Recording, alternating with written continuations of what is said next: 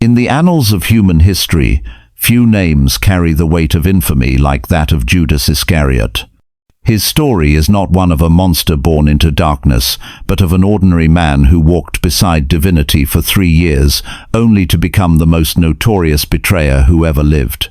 For 30 pieces of silver, the price of a wounded slave, he delivered up the Son of God with a kiss, transforming love's most tender gesture into history's cruelest weapon. But how does a chosen apostle, entrusted with the very purse of Christ's ministry, descend into such darkness that his name becomes synonymous with treachery itself? This is the story of that descent, and the choices that led a man from the light of fellowship into the abyss of despair. There was nothing remarkable about Judas Iscariot when he first encountered Jesus of Nazareth. He was simply another face in the crowd, another seeker drawn to the teacher whose words carried an authority that made even the learned scribes fall silent. Like countless others who pressed close to hear the parables and witness the healings, Judas found himself captivated by this carpenter's son who spoke of kingdoms and transformations, of lost coins found and prodigal sons welcomed home. What set Judas apart was not his appearance or his background, but the moment Jesus looked directly at him and spoke a single word, "Follow me." It was the same invitation extended to fishermen mending their nets and tax collectors counting their coins, yet for Judas, it felt like the answer to questions he had not even known he was asking. He was from Kerioth, a small town in Judea, where life moved at the pace of seasons and tradition, where young men typically followed the trades of their fathers and rarely ventured beyond familiar horizons. But something in Jesus' gaze promised horizons Judas had never imagined. When Jesus selected his 12 apostles, Judas stood among them, chosen not just as a follower, but as part of the inner circle. Among fishermen from Galilee who spoke with rough accents and carried the salt smell of the sea, Judas was different. He was educated, articulate, capable with numbers and negotiations. Perhaps this is why Jesus entrusted him with something none of the others received: the group's money bag.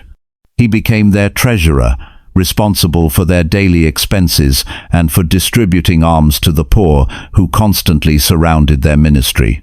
It was a position of extraordinary trust. But trust, as Judas would discover, could become a terrible burden. For nearly 3 years, Judas witnessed wonders that defied explanation. He saw 5 loaves and 2 fish feed thousands, leaving 12 baskets of fragments behind. He watched blind eyes open and paralyzed limbs move at Jesus' command. When Jesus sent the 12 out to minister in pairs, Judas returned with the others, amazed that even demons obeyed them. Everything seemed possible. The kingdom of heaven felt within reach. Yet somewhere in those miraculous months, something began to shift in Judas's heart. The Gospel of John hints at a darkness growing within him, noting that he was a thief who would take from the money box entrusted to his care. Whether this was literal theft or symbolic of a deeper corruption, it marked the beginning of a transformation that would shock even those closest to him. What drove this change? Was it disappointment that Jesus spoke more of suffering than conquest? Was it the gradual realization that this kingdom would not be the political revolution many expected? Or was it something far more insidious? The slow erosion of a soul that had access to everything holy yet chose to nurture what was unholy within. The answers would only become clear in the final, devastating week of Jesus' earthly ministry. As Jesus entered Jerusalem for his last Passover, the city thrummed with dangerous energy. Pilgrims flooded the streets, and the religious authorities watched nervously as crowds proclaimed Jesus as the Son of David. The chief priests and Pharisees held emergency meetings, knowing that their grip on power was threatened by this teacher who spoke with such authority. They needed to act, but carefully. Arresting Jesus publicly could spark riots. They needed an insider. They needed someone who knew Jesus' movements, his habits, his hideaways. They needed exactly what they were about to receive. It was during this tense week that Satan entered Judas Iscariot. The Gospels present this not as an excuse but as a convergence. Supernatural evil, finding a heart that had already been prepared to receive it. Judas made his choice, but he did not make it in a vacuum. Something had been building toward this moment for months, perhaps years. He approached the chief priests with an offer that must have seemed too good to be true. He would deliver Jesus to them, away from the crowds, in a place where they could arrest him quietly. The price they settled on was 30 pieces of silver, the same amount specified in Old Testament law as compensation for an injured slave. Later, this detail would be seen as fulfilling ancient prophecy, but in the moment, it was simply the value placed on betrayal. 30 pieces of silver. Not a fortune, but enough to reveal that this was never really about money. For the remainder of that week, Judas lived a double life. Outwardly, he remained one of the 12, participating in discussions about the future, managing their finances, sharing meals with his fellow disciples. Inwardly, he was counting down to a moment that would change everything. The other disciples noticed nothing. Even Peter, impulsive and perceptive, had no suspicion that their treasurer was planning the ultimate embezzlement. The tension reached its peak on the night of Passover. Jesus gathered his disciples in an upper room to celebrate the feast that commemorated Israel's deliverance from Egypt. As they reclined around the table, sharing unleavened bread and wine, Jesus performed an act of stunning humility. He washed their feet, including the feet of the man who would betray him within hours. Judas felt the touch of his master's hands, the gentle cleaning away of dust and dirt, while his own heart harbored the filth of conspiracy. Then came the moment that would haunt Judas forever. As they ate, Jesus made an announcement that shattered the peaceful atmosphere. "Truly, truly, I say to you, one of you will betray me." The disciples were stunned, confused, each asking in turn if it could be him. The question went around the table, "Is it I, Lord?" until it reached Judas. Even then, with his guilt burning inside him, Judas asked the same question, "Is it I, Rabbi?" Jesus' answer was cryptic but clear to those paying attention. He dipped a piece of bread and gave it to Judas, identifying him as the betrayer. John's Gospel records that after Judas received the bread, Satan entered him completely, and Jesus told him, "What you are going to do quickly." The other disciples didn't understand. Some thought Jesus was telling Judas to buy something for the feast or give something to the poor. They had no idea they were witnessing the final moments of their fellowship as 12. Judas rose from the table and walked out into the night, leaving behind 3 years of shared ministry, shared meals, shared hopes. He walked from light into darkness, both literally and spiritually. While Jesus led the remaining 11 disciples to the Garden of Gethsemane to pray, Judas was busy with his deadly errand. He guided a detachment of soldiers and officers from the chief priests and Pharisees to the garden. They came armed with swords and clubs, carrying torches and lanterns, as if they were hunting a dangerous criminal rather than arresting a teacher known for his gentleness. But they needed a way to identify Jesus in the darkness among his followers. Judas had arranged a signal. Whomever he kissed would be their target. The irony was devastating. A kiss, the traditional greeting between a disciple and his rabbi, an expression of love and respect, became the very instrument of betrayal. When Judas approached Jesus in the garden and greeted him warmly, delivering the kiss that would be remembered throughout history, he was perverting one of the most sacred relationships in Jewish culture. "Greetings, Rabbi," Judas said, and kissed him. The arrest proceeded swiftly. Peter drew his sword in a desperate attempt to fight, but Jesus rebuked him and allowed himself to be taken. The disciples scattered like sheep when the shepherd is struck, fleeing into the night in terror and confusion. Judas had accomplished his mission. Jesus was now in the hands of his enemies, and the 30 pieces of silver had been earned. But victory felt nothing like Judas had expected. As the night wore on, and Jesus was subjected to mockery, beatings, and the travesty of illegal trials, something began to crack inside Judas. The man he had betrayed was not fighting back, not calling down legions of angels, not establishing an earthly kingdom. Instead, Jesus was allowing himself to be humiliated and brutalized. Watching this unfold, Judas began to understand the magnitude of what he had done. This was not political maneuvering. This was not preventing a misguided revolution. This was the destruction of an innocent man who had shown him nothing but trust and inclusion for 3 years. When morning came and Jesus was formally condemned to death, Judas was seized with remorse so intense it felt like physical pain. The Greek word used in Matthew's Gospel suggests not just regret but a consuming, tormenting realization of irreversible wrongdoing. He had not just made a mistake, he had committed an atrocity.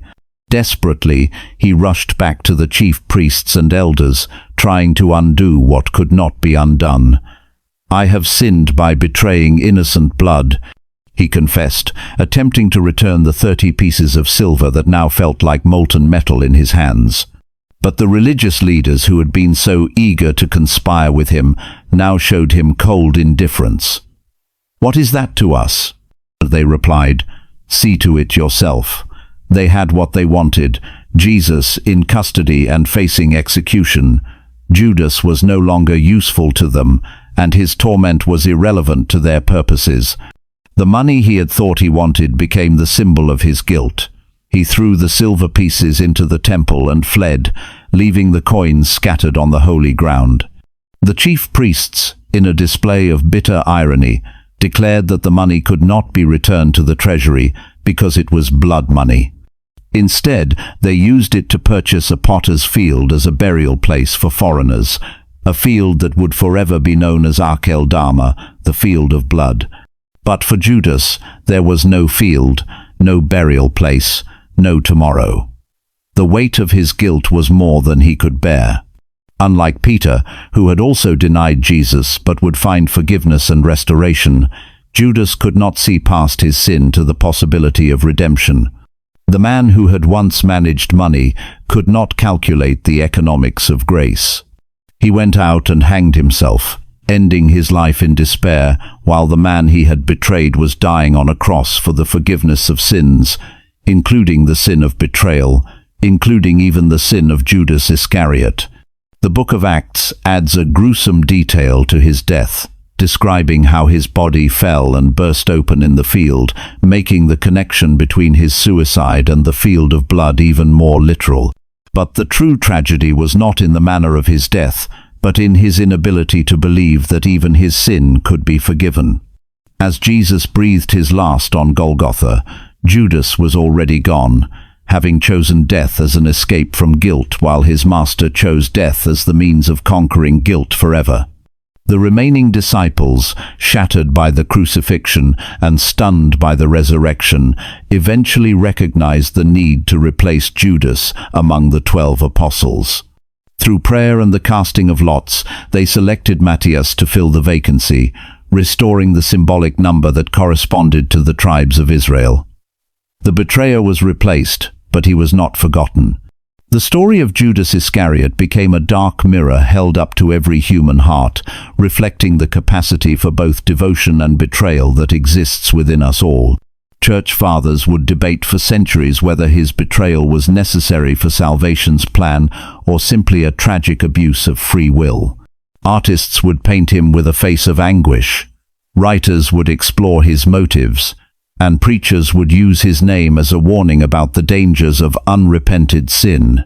His 30 pieces of silver became a symbol of the price of treachery.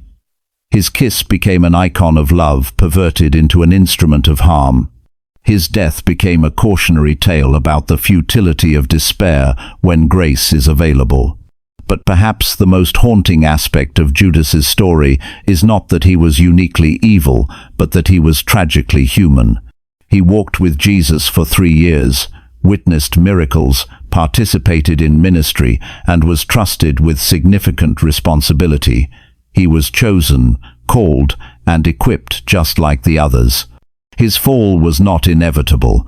It was chosen, step by step, decision by decision, until he found himself in a place from which he believed there was no return. The tragedy of Judas Iscariot is not just that he betrayed Jesus, but that he betrayed himself. He threw away not just 30 pieces of silver, but 3 years of walking with the incarnation of love. He exchanged not just his master's freedom for money, but his own soul for temporary gain. He chose not just to betray, but to despair, closing his heart to the very forgiveness that his betrayal made possible. In the end, Judas Iscariot remains one of history's most complex and troubling figures. A man who had everything and lost it all, who stood closest to the light yet chose darkness, who held the keys to the kingdom but locked himself out. His story serves as both warning and invitation, a warning about the seductive power of sin and an invitation to choose differently, to believe in grace even when guilt seems overwhelming. The name Judas Iscariot has echoed through 20 centuries as a synonym for betrayal, but his story is ultimately about choices. The choices that led him away from Jesus, and the final choice that prevented him from finding his way back. It is a story that asks every reader to examine their own heart and consider, when faced with the opportunity to betray or to believe, to despair or to hope, to choose silver or salvation, which path will I take? The answer to that question may determine not just how we are remembered, but how we live, and ultimately, how we die. Would you have made Judas kind of decision? Let me know in the comment section. Subscribe to this channel, like this video, and share with someone.